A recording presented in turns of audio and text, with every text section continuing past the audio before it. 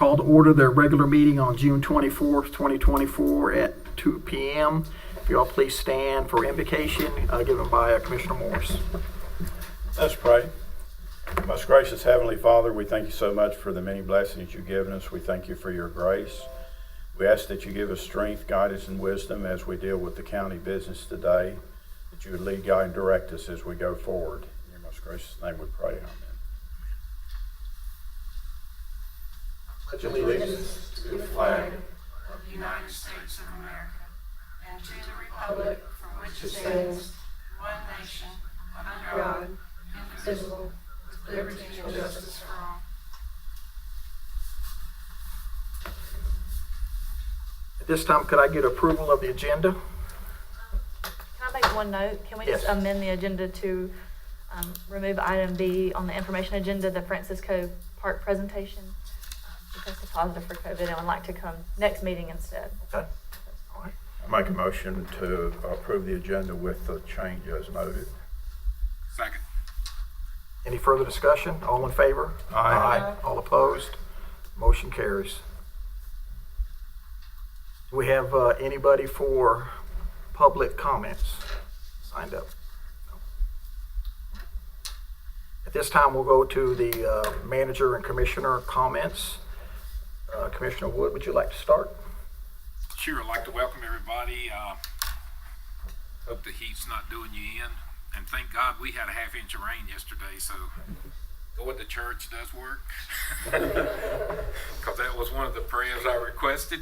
And it's good to see everybody. That's all I got. Commissioner Cox? Yeah, it's good to see everybody. Thanks for being here today to take part in our meeting, and those of you watching online, we appreciate it, and that's all I've got. Thank you. Commissioner Mendenhall, would you like to make a comment? Yes, I'd just like to thank everybody who is at the meeting, and anybody that's watching on the live stream. I hope the meeting, as far as with this meeting, however, I woke up this morning with a big rash, and I don't know if I have the shingles or if it's a reaction to medication, so sorry I'm not there in person. However, I am glad that I'm able to participate from my phone, and just once again, thank everyone for being at the meeting or on live stream, and I hope you have a good day. Thank you. Thank you. Commissioner Morris? Thank you, Mr. Chairman. I'd like to welcome everybody to our meeting. We really value your participation, and we need your advice and counsel as we do the county's business. I hope Commissioner Mendenhall doesn't have shingles, and maybe we should pray that he doesn't. That's not good. So with that, look forward to the meeting. Thank you. Interim Manager Amber? Welcome everybody. Thank you for being here. I did just want to note that the county will be closed for observance of July 4th next week. I think that's next week anyways. So we'll be the county will be closed on that day, and I hope everybody has a great 4th of July. And I also just wanted to I guess give a shout out to our Public Works team and Public Works Director Stuart Easter. They worked hard on we had 2 or 3 water mains blow on Friday, and so as everybody knows, we were closed, and so because of that, and so they worked hard all day to get it done. I think they got it done about 7, but they worked all day on that, so just wanted to thank them for their hard work. Thank you. Just want to welcome everybody here today in person. It's nice to see everybody, and then also the people on our live stream channels. Enduring the heat, just like everybody else, trying to get work outside done. And one special guest I want to note, I brought my 12-year-old granddaughter. She's here for a civic lesson, sitting on the front row. She lives in the Fayetteville area, and so she's been doing farm work this weekend. And I appreciate her help and appreciate her being here. And that's all I got. We'll get down to business. At this time, I'll read the conflict of interest statement. Before moving further, does any board member have conflicts with any of the items on the agenda for today, or one that could be perceived as a conflict of interest? No. Commissioner Mendenhall? No. Thank you. Thanks. Can I get a motion to approve the consent agenda? Motion to approve. Second. Any further discussion? All in favor? Aye. All opposed? Motion carries. On their information agenda, we're going to have the introduction of new livestock agent and agritourism farm tours from our co-op extension director, Matt Leonard. How you doing, Matt? Good. How are y'all doing? Doing well. It's good to be here. I'm going to let them do most of the talking, but I just wanted to introduce. I think we got a great staff at the office, and Savannah Myers is going to come up and talk first about. She's our family consumer science agent, but she also works with the agritourism and local foods component in Stokes County, and I've gotten to know her and her work, and then I wanted to introduce April Bowman, who is our new livestock agent, who we got her from Forsyth County up here, so we're really glad to have April as well. I know many of y'all may not know her, since she started in May. So I'll just say, thanks for being here, and I'll just ask Savannah to come up and talk for a few minutes. Appreciate it. Thank you. Hello, everyone.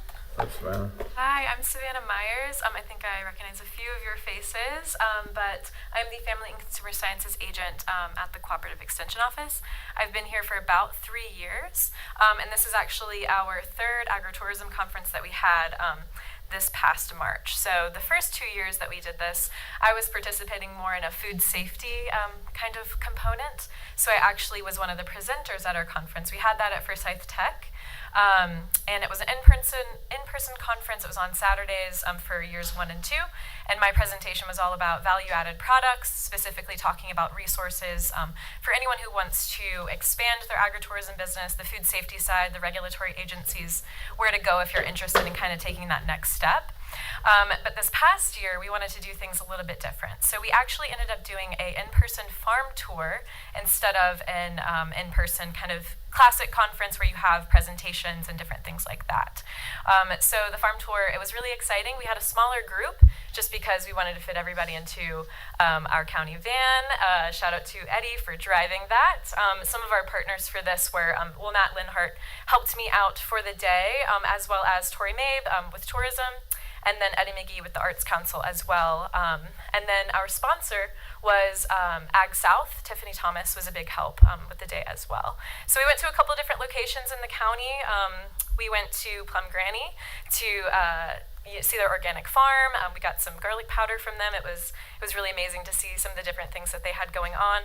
We also went to the Robertsons, and they were gracious enough to give us some jam, show us kind of the strawberry production that they work on. We also went to Buffalo Creek Creamery, and that was awesome just because, got to see some baby goats, which was very cool. And then we ended the day on a very relaxing note. I think our participants were very grateful to end at Dragon Glass Winery, where we kind of just saw the vineyards and talked. And our fee for the conference covered one item from each of our farms. We just really wanted to promote local foods, give back to the locations that were gracious enough to host us for the day. And then lunch from Daily Basket was actually covered by Ag South. So it was a really great day. It was a full Saturday.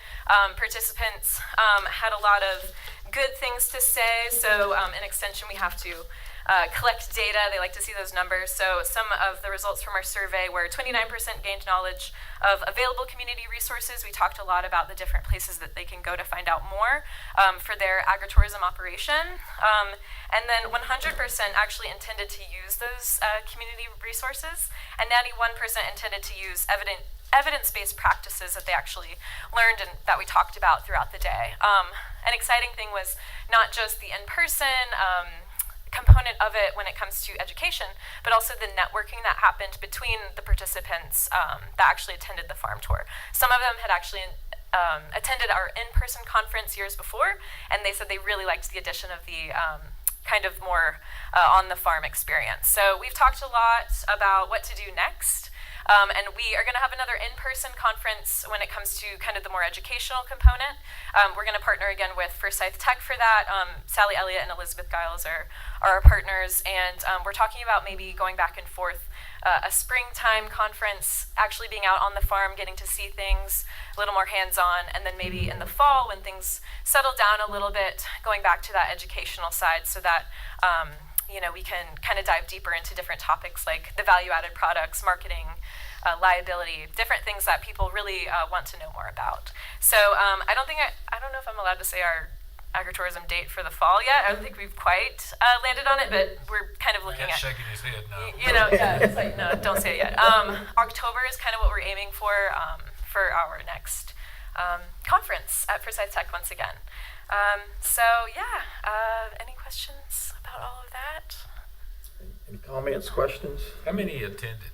So for our farm tour side, we had 11 actually show up in person, and then we also had our planning team. So we had 16 people going to each of the farms, which was a good amount just when it came to, we thought about renting a bus, but getting a bus into some of those farm locations might have been a little bit tricky.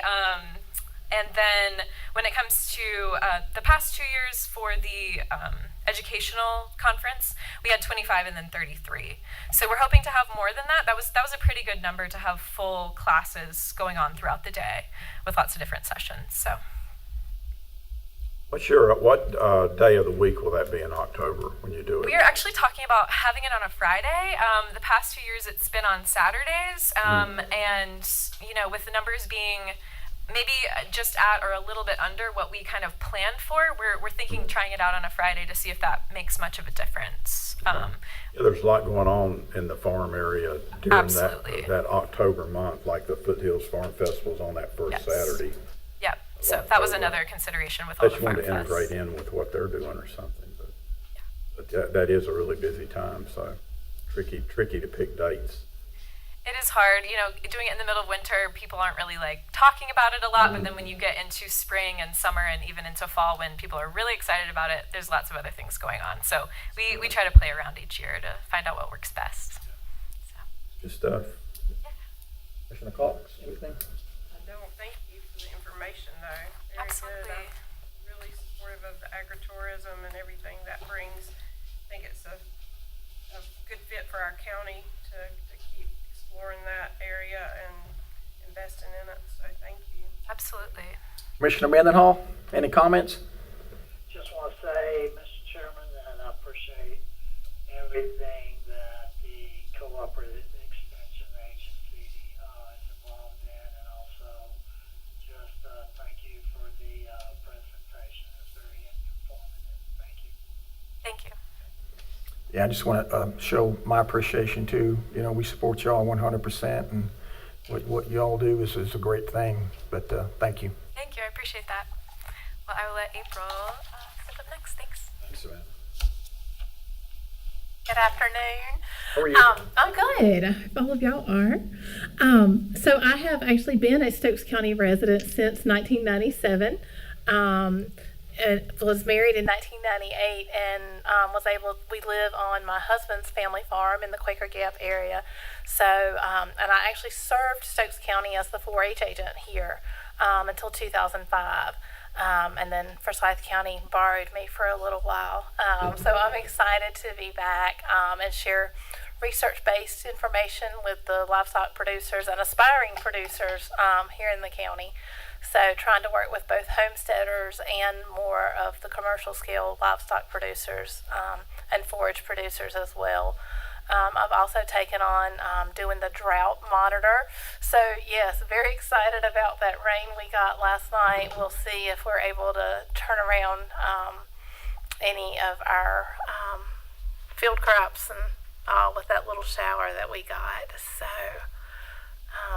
just excited about what we've already got in the works. South Stokes High School has started a livestock show team.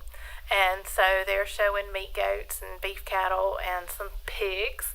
So we'll be working with all the livestock shows. Actually have one this weekend, and we'll kind of wrap it up at the state fair in October. That busy month we were talking about. And then we're planning another poultry processing workshop this fall, as well as a dairy goat management workshop, which I think y'all shared on Facebook. So thank you for sharing our posts. That really helps. And then planning a chicken workshop for the middle of July, a sheep and goat field day in August, and then a pasture field day in September. So lots of exciting things coming up. Any questions, comments? Anybody? We're glad to have you back, yeah. Thank you, ma'am. Thank you. Appreciate it. Okay. Yeah, it'd be good to have you back as well, and you know already what's going on here from all your past experience, but I was kind of amazed at how much activity there is in the livestock area.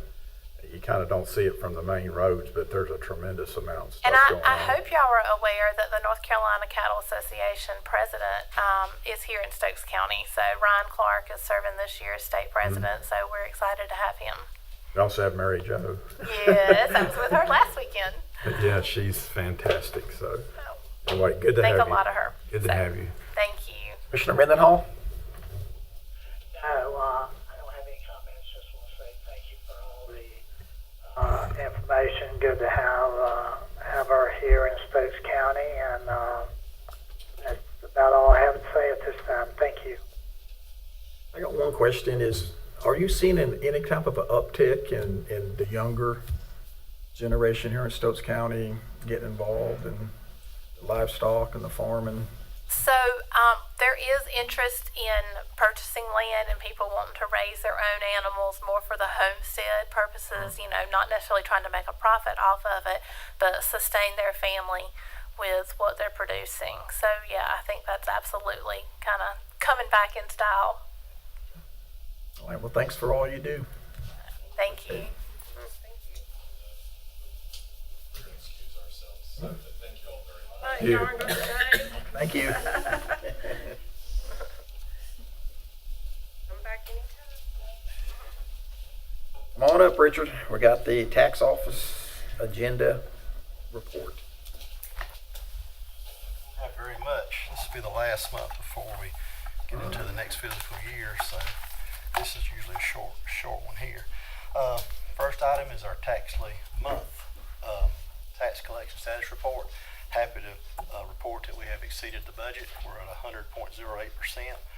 We're about $861,840 ahead of where we were last year, so that's good. Next, one thing on this report, if you notice in the middle of the page on the top column, it says occupancy tax. So we've started reporting occupancy tax.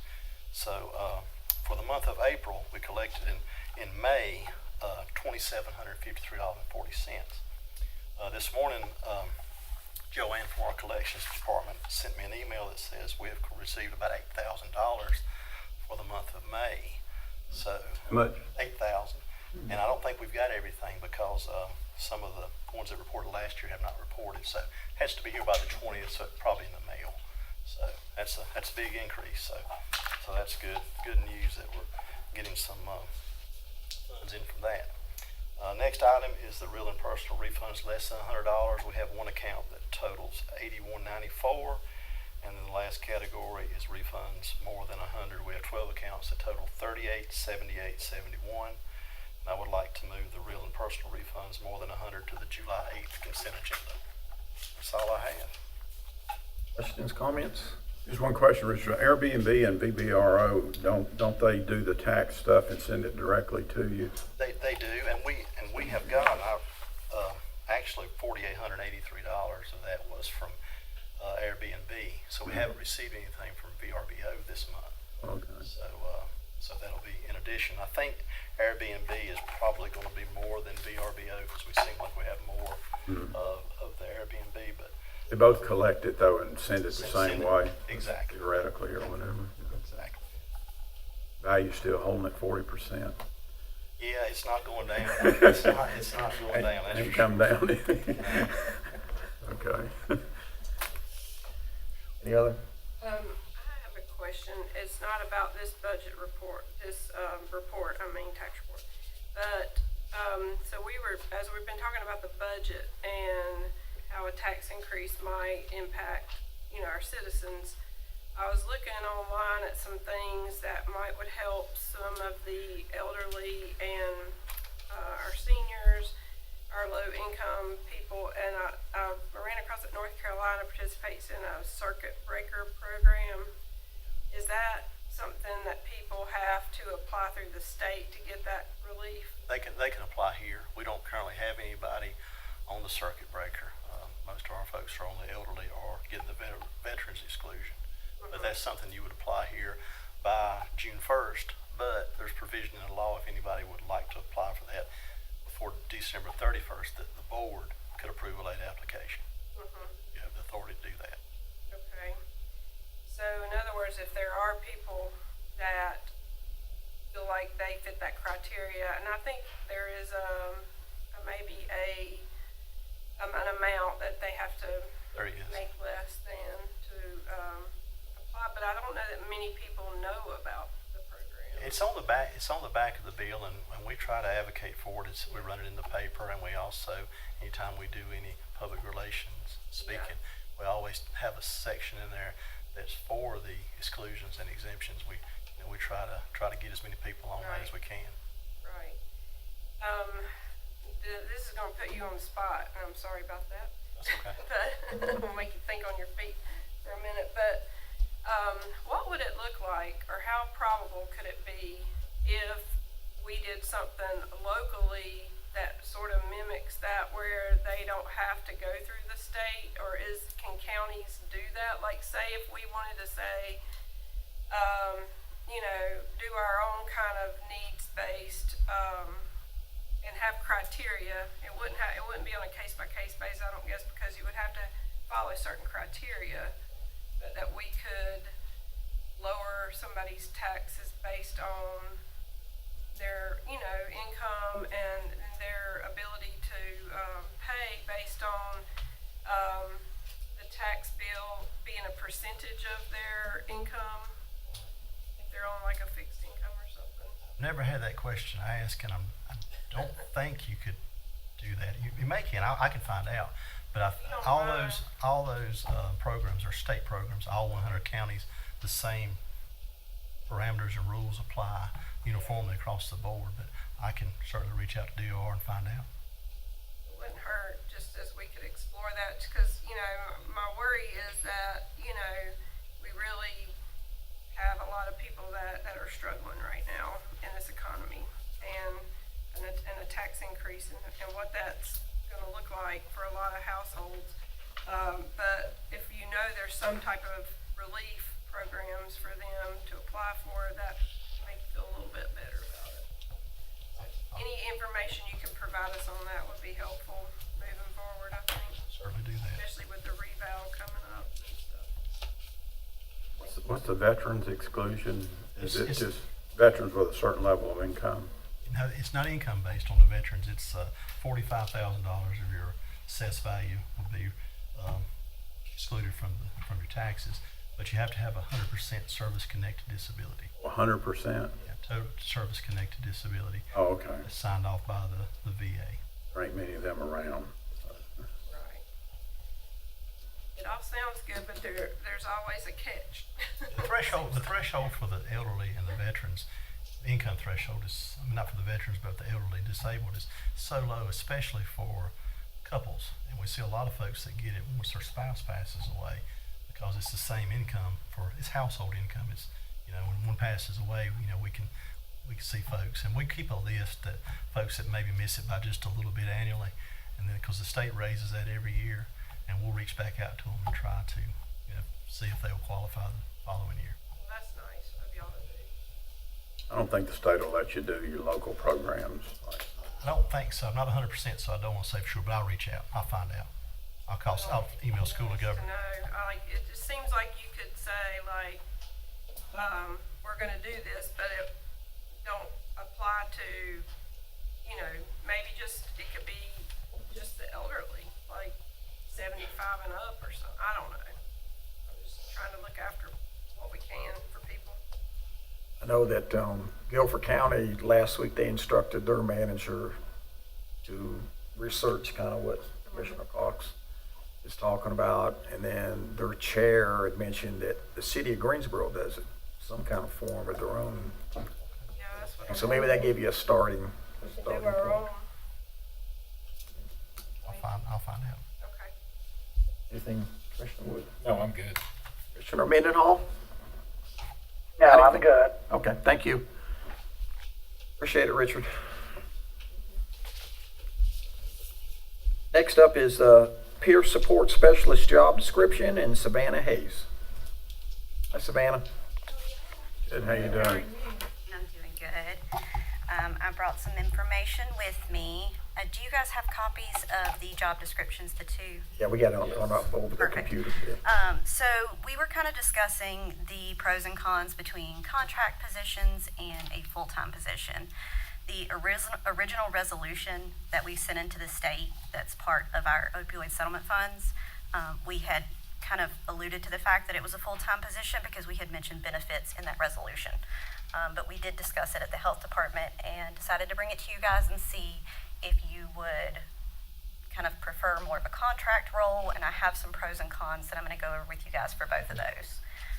So for the health department, for contract, we'll start there. There's benefits for each, but the county will pay less money for the position if we do contract because there's no benefits. We can contract potentially more than one peer support specialist. We don't know what kind of caseload these peer support specialists are going to have because we've never had one. But we do know that we have a lot of MAT clients that would benefit from this. Because the deliverables for this state funding is so precise, if we did a contract role, we could put that type of stuff into, that type of information into the contract that this has to be provided to the health department.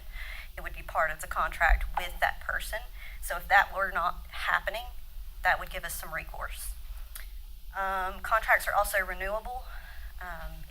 If it's for whatever reason not the best fit, we can change it up. And then it may reduce the burnout for a full-time employee. That's kind of the contract benefits.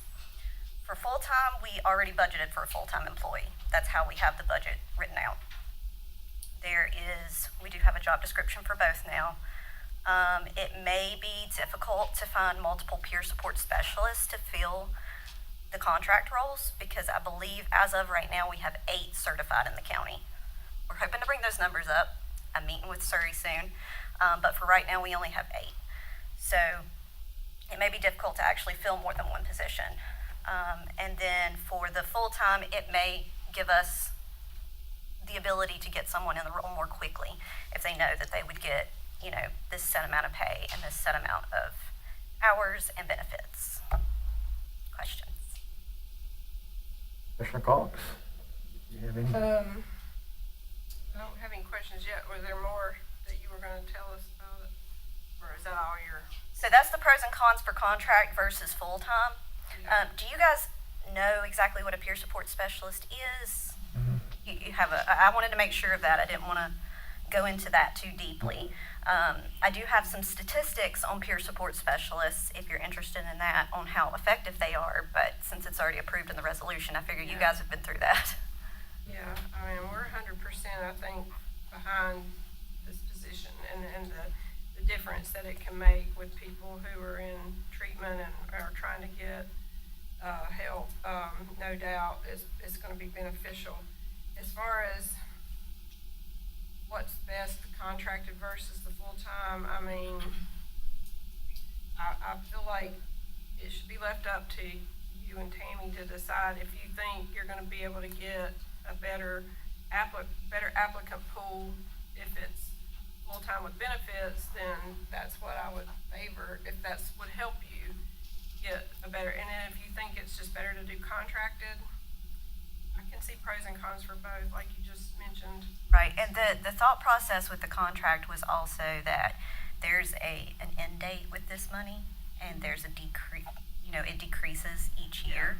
So if we were to do a contract and we had to end one of the contracts because it wasn't in the budget for the opioid money, that would be a little bit easier to do than to try to lower someone's salary. That was another thought. It was, we've been brainstorming, but I really wanted your input before we made this decision on the first position I hire.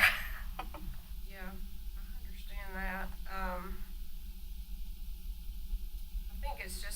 important to get the right fit and the right person.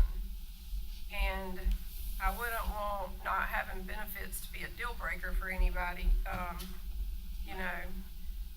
So, but if you want to start out with contracted, see how that goes and go, and, you know, you can always move to the other. See if we get any bites. If you get somebody, say we get somebody that's really good and you don't want to lose them and you're afraid another county's going to hire, you know, we can always move to the full-time with benefits. Yeah, that's another option. I don't we know how many discussed. hours they're going to work in the beginning. Exactly. And it's so up in the air. Bigger clientele base. So whoever you get, you could always say this could turn into full-time with benefits down the road. Yeah, Because we never had this before, so we're kind of trying it out. exactly. And the other thing was, on the application, what it talked about, there'll be a criminal background check and that kind of thing. I would hope that we could convey to the applicants that that's not a deal breaker either, because we know these people have probably had some backgrounds with some law enforcement things. Absolutely. And, you know, that's understandable. So that wouldn't be like a deal breaker for hiring somebody for that. Oh, yeah. It's just, you just do the criminal background check on everybody anyway. Yes, ma'am.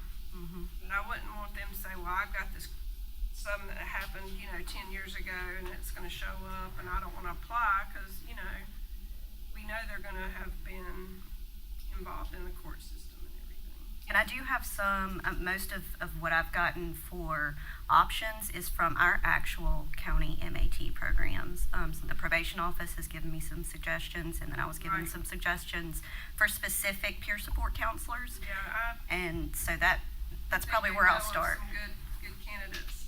Yeah. Heard them talk about that. That would be good. Mm-hmm. We wanna move forward so we don't lose a good candidate. Absolutely. Just a couple of questions. Do you need us to approve these job descriptions, or they already been approved somewhere? They have not currently been approved. Okay. I brought both because we weren't fully Right. decided. Or just what you're working on? Yeah, just to make sure that we're all on the same page. Okay. If you hire a contract person, would that be just one person doing the job though, or are you talking about multiple people? So initially it would be one.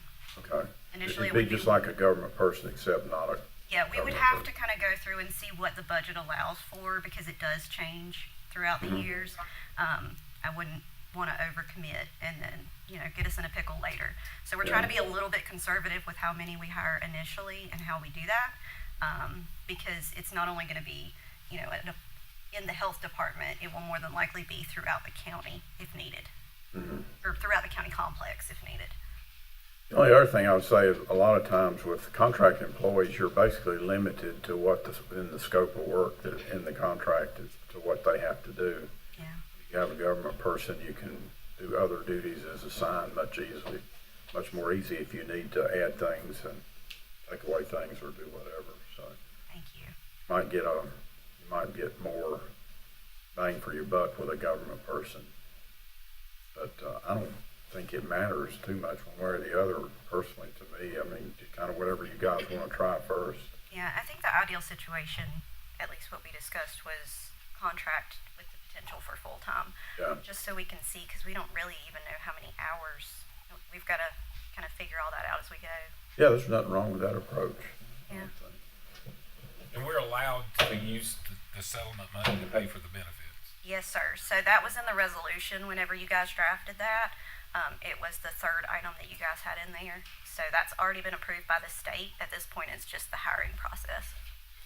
And I did want to note, and I've already mentioned this to Savannah, but the scale that's on the job description, it doesn't line up with any of our scales, so we would just need to, it would be around the same salary range, but we would need to put it on one of our proposed scales, match up with that, because it's just, I know you were hoping for that ballpark, but it doesn't line up with any of our scales, so I would just like to put it, if it is full-time, on the health department scale, since it has its own now. Commissioner Mendenhall, do you have anything? No, I read over the two descriptions, and I think she did say that the descriptions have not been approved yet. Is that correct? That's correct. So that'll be one thing that has to be, I think, taken care of first, and then move forward from there. Thank you. Thank you. So under the contract proposal, is it you would just advertise for like an individual, or would you advertise or go through like some community organizations? So it would be more than likely, I believe you guys post everything on the website, the county website, correct? So initially it would be posted there, but I do have the opioid steering committee. We have that committee that meets every month, so it would be publicized there. It would be publicized within the community. I've reached out to multiple people that have access to those in recovery to encourage them to do peer support specialists classes, and they're also thinking about beginning those down at October Road. So we have the potential for this to become a very large program, but right now it's a very small pool, so I could probably reach out to all of them and see if any of them are interested, at least within the county first, and then go from there. Yeah, because I think a lot of people that would be doing that position, they're probably not checking a lot of the government websites for job openings. Exactly. Yeah, it would definitely have to be outreach involved. Okay, that's good. Involved in certified. What's involved in being certified as one of these? It's a 40-hour class, and typically I believe, don't quote me on this, I believe you have to be in recovery for a year before you can start the program. Oh, okay. It's a certain amount of time that you have to be in recovery before you begin the peer support specialists. Okay. And then they're actually listed on a website. You can go and check their certifications and see that they actually have the certification on there. Okay. Any more questions, comments? Thank you. Thank you guys. It was good to Thank see you. you. Exciting to get this moving forward. So reference the job descriptions. Do we want to put it on for action at another meeting or discussion at another meeting? Approval of it. Yeah, the approval of job descriptions. You want us to move it to action today? If you guys are comfortable with that, it would help me out. I didn't have a problem with it. Commissioner Mendenhall, are you okay with it going to action? For the job description? Yes. Yes, I am. Okay, thank you. All right, yeah, we'll move it to action.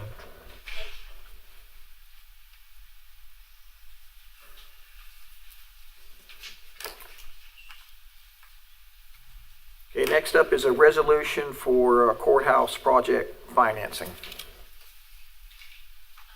I can take care of that. So,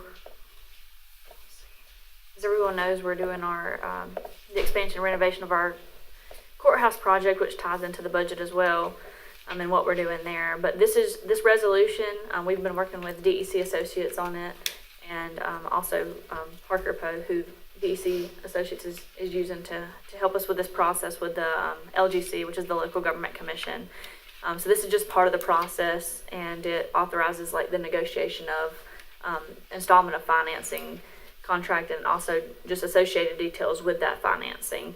So it's just a step in the process required by the LGC. And also at the end of the attachment, Exhibit A is also behind the resolution and establishes the notice of the public hearing that's also required, which would be on July 8th.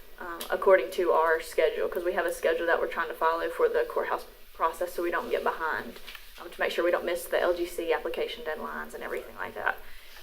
So I guess approval of that resolution would approve the public hearing notice, which I would put in the paper. I'd reach out this afternoon or tomorrow morning and put that in the paper. So we could do that at the July 8th meeting for the public hearing. Any questions, comments? Commissioner Mendenhall? No questions. Sure, it's a very involved process with lots of attorneys involved, so. Yeah, and I think this resolution, they helped us put it together to make sure it included all the specifics that we needed to make sure we took care of.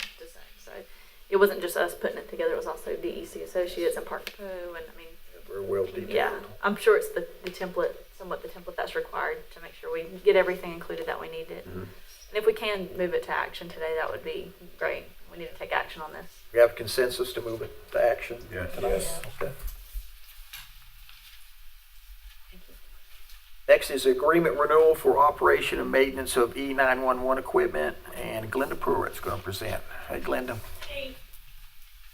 This is just our, we have a rental agreement or lease agreement with Mr. Howday for some equipment that we have for E911. It's on his tower on Sartown Mountain. So it's just up for renewal. We need to do something today if we can, because it ends on the end of the month. But he has asked for a $50 increase is what he's asked for, and he's asked for that because of the power rates have increased, and he said that it's just increased on that part. So he's asking for an increase of $50 a month to offset that. Everything else in the contract is still the same with the, he has a generator, he pays the gas for that until it's over, I think it's $500, and then we help pay that. But we have not paid him any additional funding for the gas for that tower since we started that part with the generator. So I would like to ask you all for us to approve this lease agreement so we can continue our tower or our services on the tower. Questions, comments? We're moving it to action.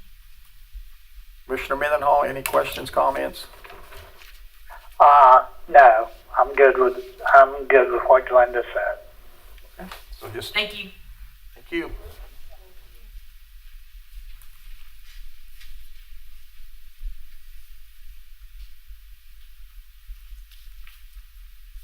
Next on the action agenda was the Tourism Development Authority Board Chair appointment.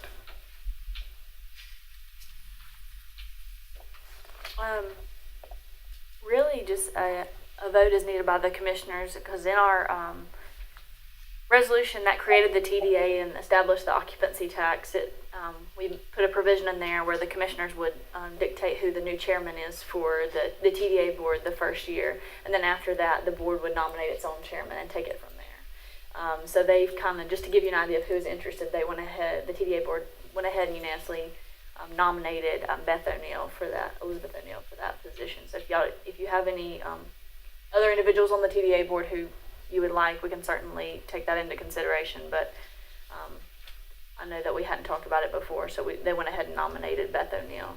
She was interested in serving and has accepted it pending board approval. So do we need to poll, or do we have to close the nominations, or? No, not in this, I wouldn't say not in this case, because you've already appointed the TDA board. This is just establishing who the chairman of the TDA board is. I think a simple vote that you're okay with Elizabeth O'Neill being the chairman would At the suffice. vote, we just do a consensus. Consensus is Fine. I'm good with Beth. I'm good with that. I'm good. Commissioner Mendenhall, are you okay with that? I am. Okay. All right. Thank you. Next is amendment to contract for auditing accounts. This is just the amendment for the tourism development, because they did receive funds before June 30th. They want to amend the contract from where it starts. And it seemed reasonable to me, the price and everything that I saw. Me too. Got a consensus? Yeah. Do we have to vote on this? Yeah, it's Okay. the action agenda. All right. I'll make a motion Okay. we approve the contracts for auditing accounts. Second. Any discussion? All in favor? Aye. Aye. Aye. All opposed? Motion carries. Next up is the Stokes County Budget Ordinance for fiscal year 2024-2025.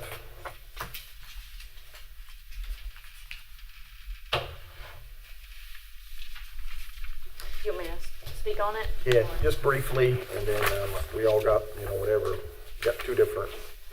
Yeah, so last week at the last budget work session, we had the commissioners discuss what to put in the budget, and they came to an agreement for the most part on what to put in there. So the finance team has worked hard on putting together a budget ordinance that reflected all of those recommended changes for the fiscal year 24-25. And we also discussed, I know, in some of the budget work sessions about increasing the part-time rates and including that in the budget as well. So we put together another draft budget ordinance that included the part-time rate increases as well, which is about a $91,000 change. So both of those budget ordinances are on the table for approval for budget year, fiscal year 24-25, depending on what the board would like to do. I know y'all hadn't officially said you would like to do the part-time increases or not, so that's why we prepared 2 budget ordinances just in case. Any discussions on including the part-time employees? I'd like to include it. Any other comments? I got a question. Go ahead. In the without part-time increase, it says 15.25%, and then below it says 15%. So it changed. Yeah, because I mean, Amount, it's a different amount. Taking more out of the fund. Okay. to pay for the part-time increases, it's just a slight change. And it's just an estimation, but we wanted to make sure we were conservative in that. Estimate of the fund balance, that's what, it's 15 now. Even. Yes, with what we talked about, what we'd be able to add back with the interest from the general fund and all that, it's estimated at 15. Okay. Is there any other discussion or any other opinion that anybody that does not want to include the part-time salaries into this budget appropriation? I just want to make sure, Mr. Chairman, we're not discussing the budget ordinance at this time. We're just discussing the part-time. We're discussing putting the part-time in the budget ordinance. However, we will have a chance to discuss budget ordinance after that, correct? If, yeah, I mean, sure. Yeah, I mean, yeah, Sure. yeah. Yep.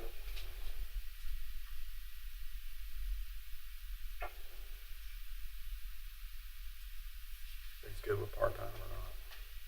Do you want to talk about it now, Commissioner Mendenhall? I mean, if it's gonna affect the overall, budget, then I think all of us would like to hear your opinion.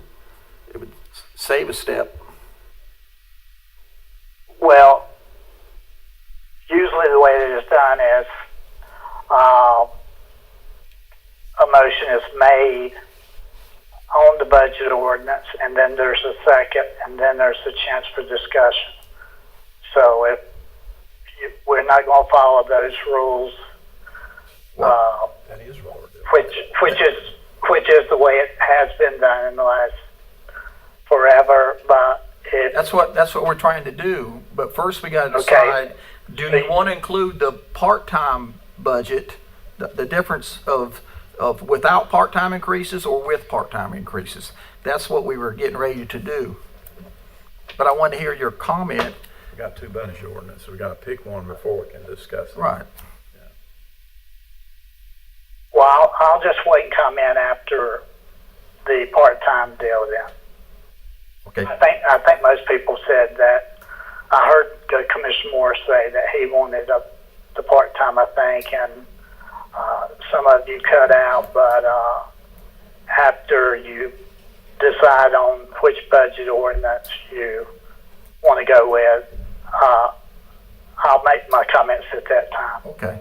I know I feel very strongly about including the part-time increases in pay. They're a very valuable, important asset for the county. And I think sometimes they at least they feel they get left behind in appreciation. And I think this is a small way that we can show that our appreciation. Any other comments? I just think they shouldn't be left out. I do agree they shouldn't be left out of a new pay plan. However, I will say that the whole pay plan caught me off guard to begin with, because I really wasn't aware we were revamping the whole pay plan and the structure, and it seems rushed to me. It's kind of too late now, but I know when I was just elected, when the other pay plan was coming into it had been voted on by previous board and everything and approved, but there were so many reiterations of that, and I know Rick can talk about that. I mean, I'm not asking you to talk about that, but I'm just saying, you were on the board as was Ronnie, when you went through that whole pay plan with the company that was hired to do the pay study, and I'm not saying it's not needed. I think when you start looking at giving a COLA and you realize that years of service has not really been taken into consideration, I do agree that it needed to be looked at. But $864,000 reoccurring to fix all these salaries, I've not really looked at each category yet. I mean, I've looked at the information I've been provided, but, you know, I really wish we would have had a chance to study the pay plan more in depth before it just came to us as part of the budget. I mean, I remember we had a discussion about that at our work sessions about the pay plan. The budget work sessions. Yeah. Yeah, I mean, we were given the information and we looked at it and we could ask questions about it, of course, but I'm just saying, if you look back at how it was done previously and how many meetings that it was presented at before it ever got to the part where it was voted on and approved, I would have loved to have been able to have delved into it and really looked at it separate from the budget and not part of the budget, so that I could really thoroughly get to the nuts and bolts of all of it. But it's okay. I mean, it is what I'm not saying it's not needed. I know to keep especially in public safety arena and with the detention officers and the deputies and things, that it's really important that their salaries are comparable to other counties as close as we can get them. It still doesn't fix the EMS problem though, but that's all I have on it right now. Somebody else can weigh in if they want. I mean, it's neither here nor there now. I mean, I understand. I mean, it is I don't know how we could have had more meetings. In fact, but everyone's got plans. I mean, it's hard getting people together. And then, even when we're going through the work session, I mean, at one point in time, what do you want to cut? Do you want to cut public safety? You want to cut whatever? I mean, our calls for service and even in the budget's manager report is very thorough. When it come out in the message, I mean, she backs it up with facts and charts, and she details everything and the priorities. So I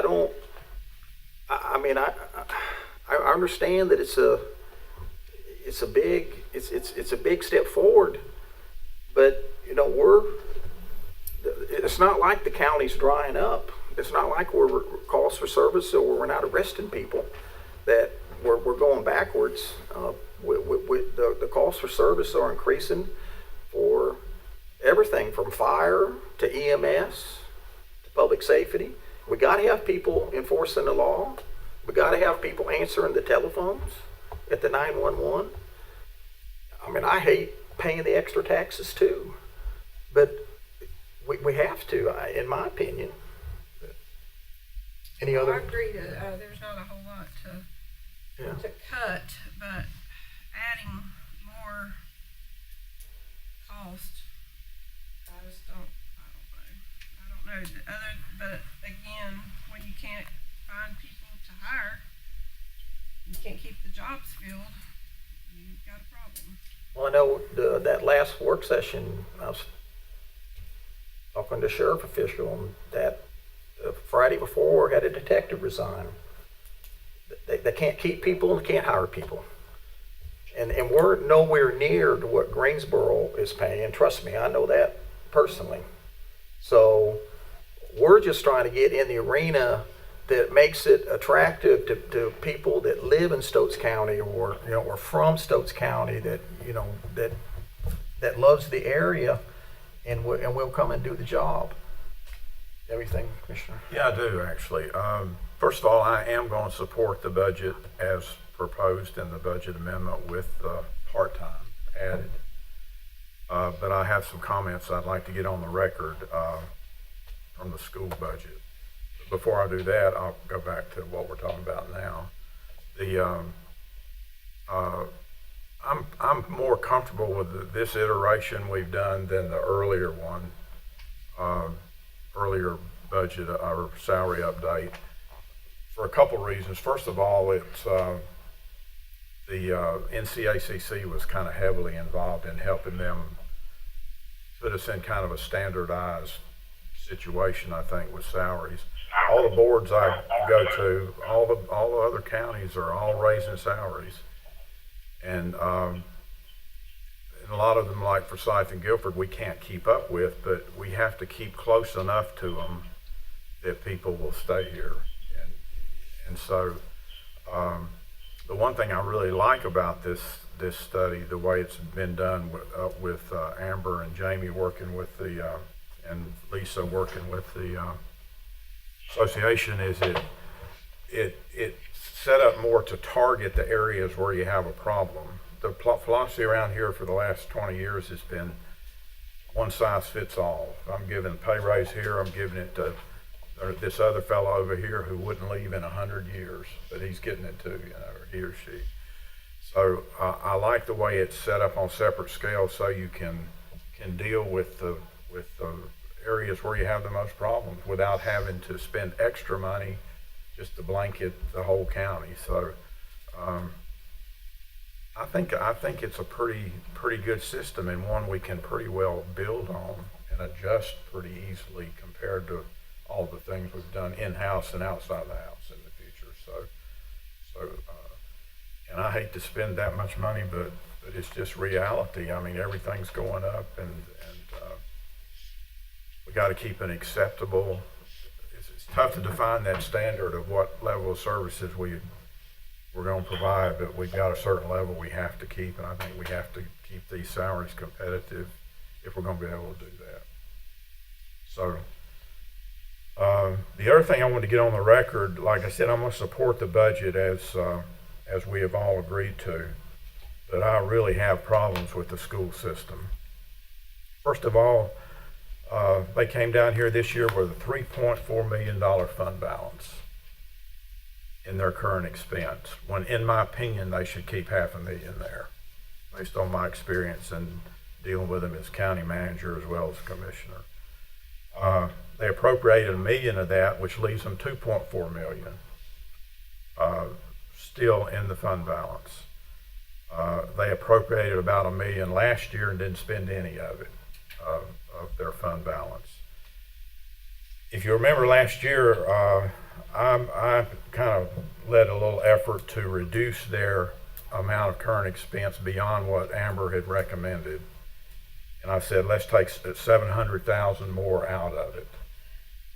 You remember all the reactions like, oh Lord, what have you done to us? You know, how can we live with that? If you go any more than that, we could just be in real trouble, you know? Well, here they are back this year with $2.4 million left over after they appropriate $1 million. They're like the county's new bank, you know. They're banking all the money that needs to be in our fund balance so that we get credit for it.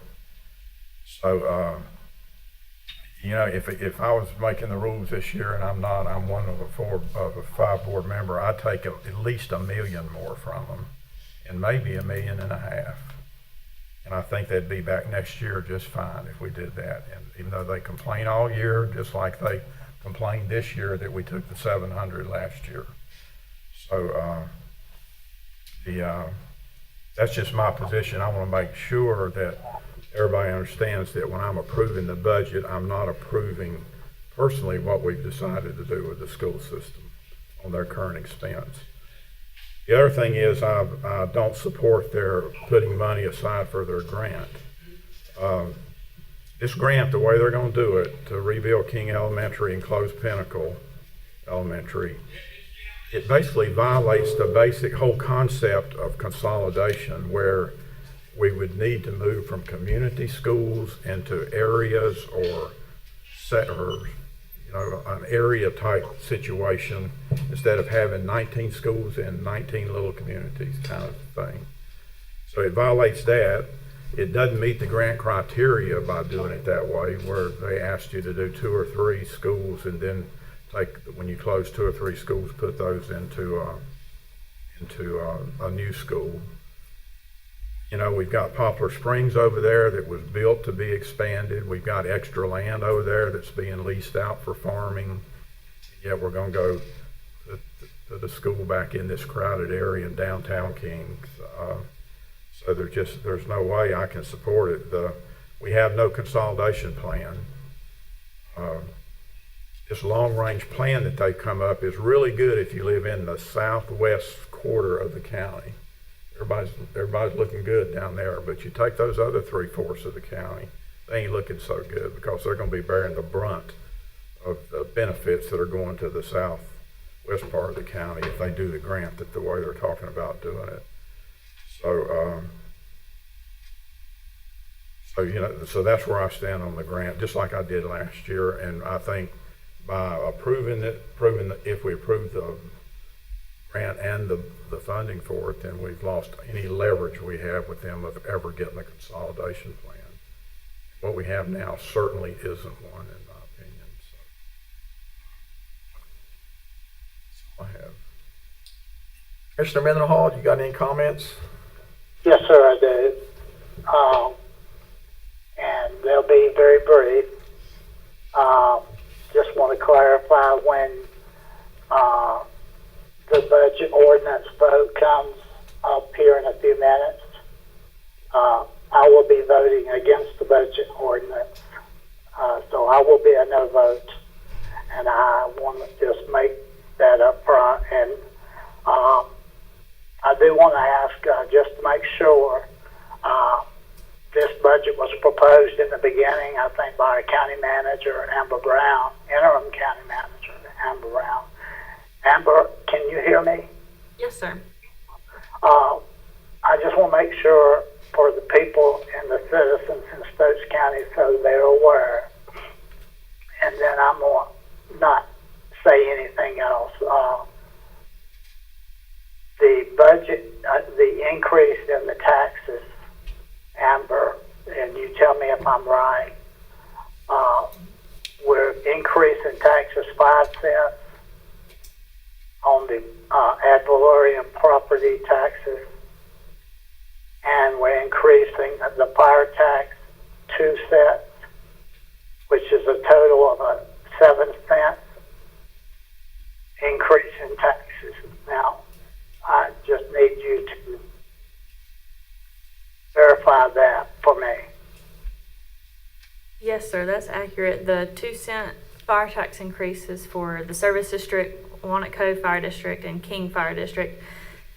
So the fire tax increase won't affect the Rural Hall Fire District or the people who live in the city limits of King or the town limits of Walnut Cove. But for the majority, yes, you're correct. Okay, thank you. So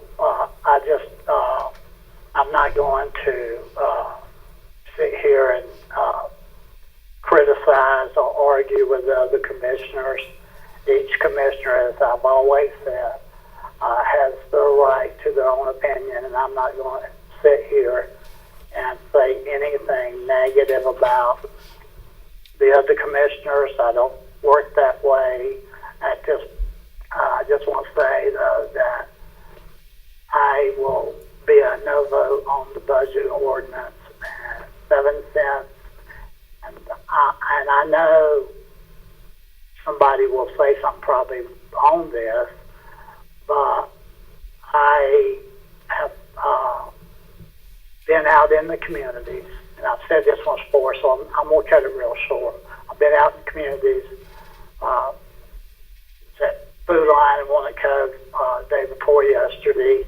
I don't know how many people came up to me about the taxes and was against the taxes. And I know, chairman's feeling. So this is not against you, Chairman Chandler, or anybody else. Okay, but I know that in my most recent lifetime, that this may be the worst inflation period I have ever seen in my life. And I've made that comment once before, and so I'm not going to just keep repeating it. But it's just unbelievable. People, and as I said in one of our budget meetings, the last poll taking 59 to 60% of Americans are living paycheck to paycheck and are barely making it. And I'm just not going to be able to support this budget. And thank you, Amber, for the confirmation of what I said as far as the amount of the tax increase. And I'm not going to say anything else about it. I know everybody's got their own opinion and how things need to work. So, Mr. Chairman, that's all I have to say, and I appreciate you giving me time to make my statement. Thanks, Commissioner Mendenhall. Any other final? I have a couple more comments, just based on what he said. I'd like to remind everybody that I think this is a change since we last met and we were discussing, but 3 of the 5 cents on the property tax increases because of an unfunded mandate to expand the courthouse.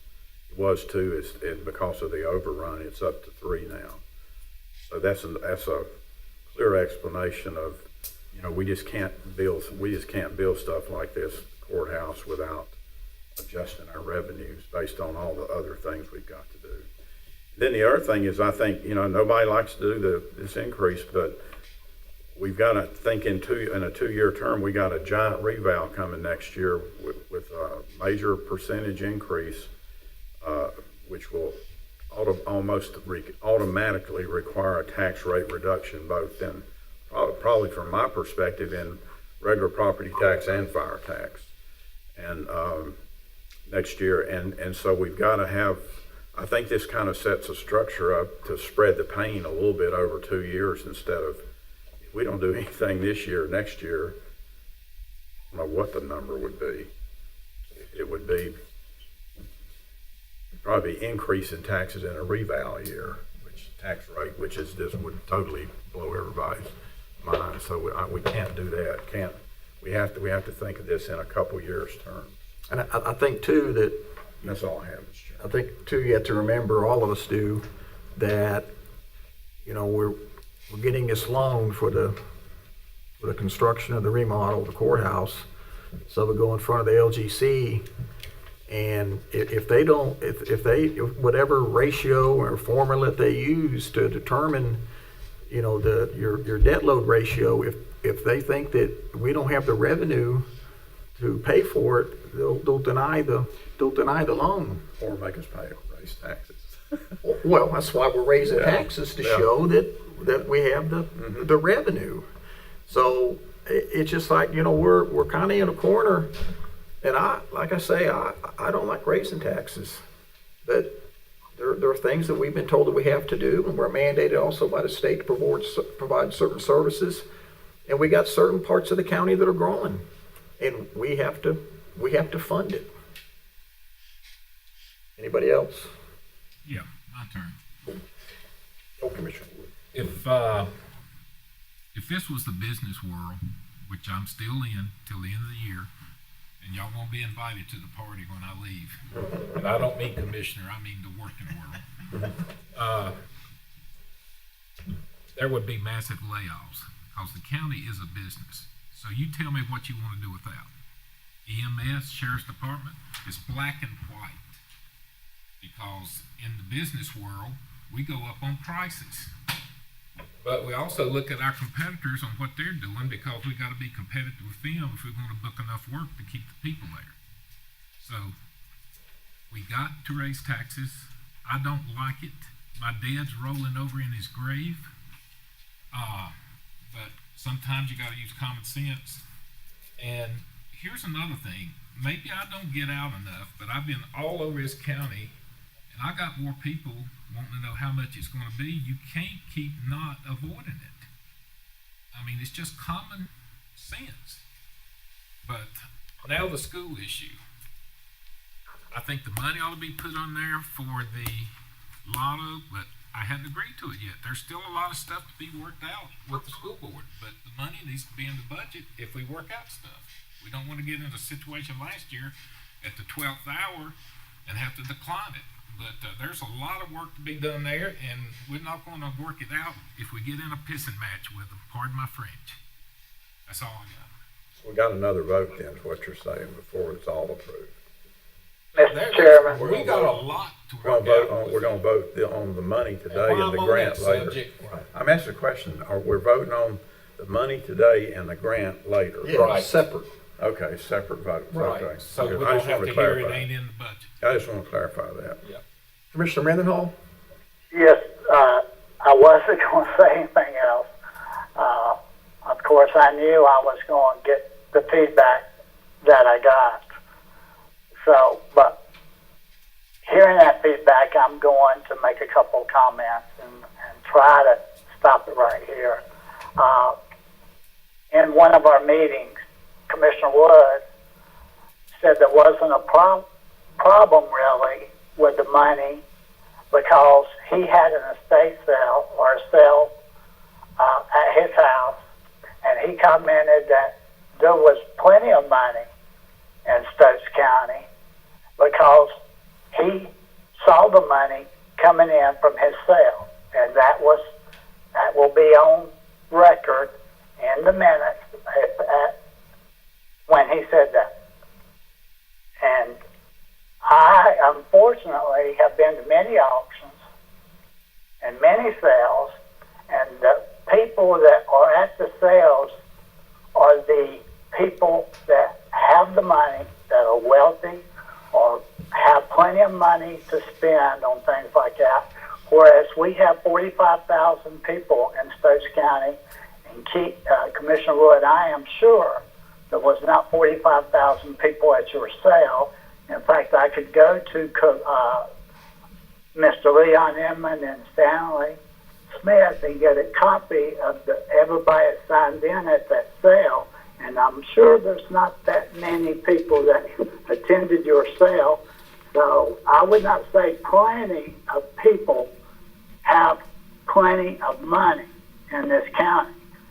That addresses the first thing. Second thing is Commissioner Morris has taken a bold stand on the school system, and that's his right. I mean, Commissioner Morris has the right to take that stand.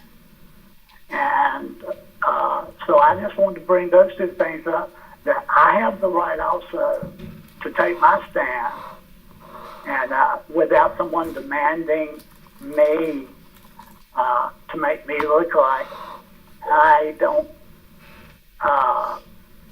care about the county. I care about the county greatly.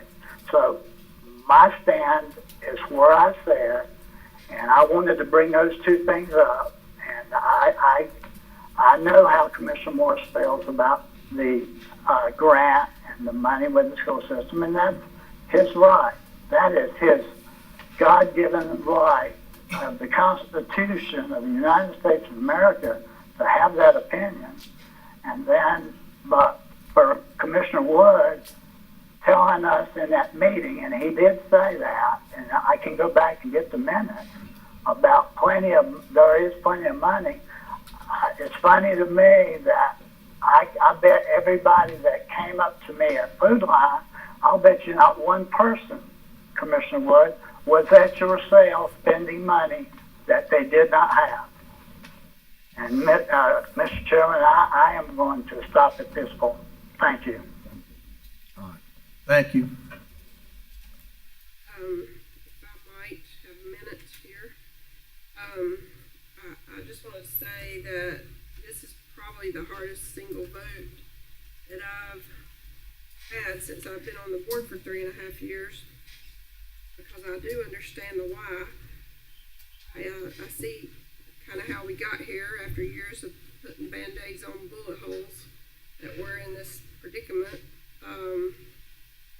And I had resigned myself to the fact that I thought, you know, when we left here the other day, we were looking at 4 cents, and even though I had hoped to only do 1 cent on the fire tax and 1 cent next year, since we were trying to, you know, tweak the plan and get it, you know, in place, the plan wasn't quite ready to roll out yet. So I thought, you know, we might could do 1 cent this year and 1 cent next year on that, but I was even willing to give in on that.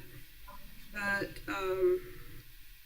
it's really a hard pill to swallow, to raise taxes in an economic downturn time. And I can't really wrap my mind around what is being said about lowering the tax rate next year after the revow. I mean, I get that it would need to be looked at, but I just don't understand why raise them in the first place and then turn around and lower them. I mean, not that I don't think we should, I think we should lower them, but it's hard, it's a hard thing to sell to people that you talk to in the public arena. Oh, we're gonna raise taxes now, then you're gonna have this big revow, but then we're gonna lower your tax rate, and nobody believes that. Nobody that I've talked to believes that'll happen. Now, do I think we're gonna look at it and try to do it? Yeah, I think we will. I think we'll seriously try to do that, but it's a hard sell to the public, is all I'm saying about that. And as far as the schools go, I think we have some great schools that are trying to stay up to date with technology, with you know, with doing what they can on the capital side with the money we've been able to give them. I think they produce a great product as far as the students and their achievements, and you look at all these kids graduating with multiple offers of scholarships. I think that that there's no doubt those teachers are doing a great job in the classroom, that that schools are an economic development driver that will attract businesses and people to move here, which does help build our ad valorem taxes, which we so heavily rely on. And I think that if we do pass the quarter-cent sales tax, we should look at giving some of that money to the school system's budget in the future. I know that might be an unpopular opinion, but I'm kind of disappointed there hasn't been more public input into the budget process. I know we give them every opportunity. They're just not, it's funny, they won't come and say it in public, but they'll stop you at the grocery store, like Mr. Mendenhall's talked about, to give you their 2 cents worth. But I don't know. I've been on the fence the whole time. I just don't know that I can vote to do this to people in such an economic downturn that we're in right now. When I hear that people can't afford their groceries, and I know how DSS is being overrun with requests, and people that I know that volunteer at King Outreach, and I've seen the line of cars because I take stuff from our church up that we collect up to the outreach every week, and you've seen, I'm sure, the people that are served on the northern end of the county with their what they give to the seniors, and it's just unbelievable. Now, do those people own property and pay taxes? I don't know. You know, maybe they do and maybe they don't. I don't know. But it's a lot to consider, and I've taken it. You know, I'm not taking it lightly. This decision. It's a tough decision. So I think I could have supported 4 cents for ad valorem and 1 cent fire tax. I could have split the difference. But if you have the votes to do this, then do it. I mean, I'm not gonna. No hard feelings either way, you know what I'm saying? I mean, it's a tough thing to do. I just hope that with the revow, we can seriously look at lowering the tax rate after this. I want to make a clarification from something Sonia just said. I didn't say that we would lower taxes next year. I fully expect not to. I expect that they will either stay the same or go up. I said we will lower the tax rate. If we go to revenue neutral, they will stay the same. If we stay anything above revenue neutral, they will go up. I don't see them going down next year, taxes. If we're going to sustain this operation that we're trying to do. Well, yeah, I mean, we're adding $864,000 a year just in salaries. I mean, you know, we went for 10 years here with no tax Right, increase. I understand that. That's why I said we've been putting. You know, we're in a Band-Aids on position bullet to, holes. I get we're in a that. position to fix stuff that was not done properly before. Sorry. I can appreciate And so, you And I'm sorry know, that we can do the same thing they did, and then I guess at some point the buildings all just fall down then. You know, When the LGC takes over, they'll set our tax rate, and they probably won't have a public hearing. They'll tell us what the tax rate is. Could I get a motion, if there's no other discussion? Commissioner Mendenhall, you still good? I'm just waiting for the motion. Okay. So, could I get a motion, for the one that says including part-time increases with the original budget? I'll make a motion that we pass the budget as laid out in the budget ordinance that adds the part-time. Is that a? Yeah, the staff, sure, you can read that. Oh, I'll read it. Okay. A motion to approve the FY 24-25 budget with reflected changes for a total budget of $72,005,542 with a 6.67 cent tax increase, including appropriations for general fund and school current expense, with a 5 cent property tax increase and an estimated fund balance remaining at 15%. The fire tax rate being 10.10 cents for King, Walnut Cove, and the Fire Service District, with an 8 cent fire tax rate for Rural Hall Fire District, and the dedicated education fund remaining at 4 cents. Second. Any further discussion? All in favor? Aye. All opposed? Aye. Okay, motion carries 3-2. Next up is the Stokes County Personnel Ordinance for fiscal year 24-25 and 2025. Motion to approve. Second. Any further discussion? All in favor? Aye. Aye. Aye. All opposed? Motion carries. And I think now we got several things added to the action agenda. The first one is the peer support specialist job description. Can I get a motion to approve that? I'll make a motion, we approve it. Second. I'm sorry. Yeah, Mr. Chairman, you cut out on me. What are we voting on now? The peer resolution, job descriptions. Okay, thank you. All right, so I think we had a motion to approve. We had a second. Approving both of them. Huh? Both of them. Right, for both of them, right. Any further discussion? All in favor? Aye. Aye. All right, motion carries. Next. The resolution for the courthouse project financing. Make a motion, we approve. I guess second. Second. Any further discussion? All in favor? Aye. Aye.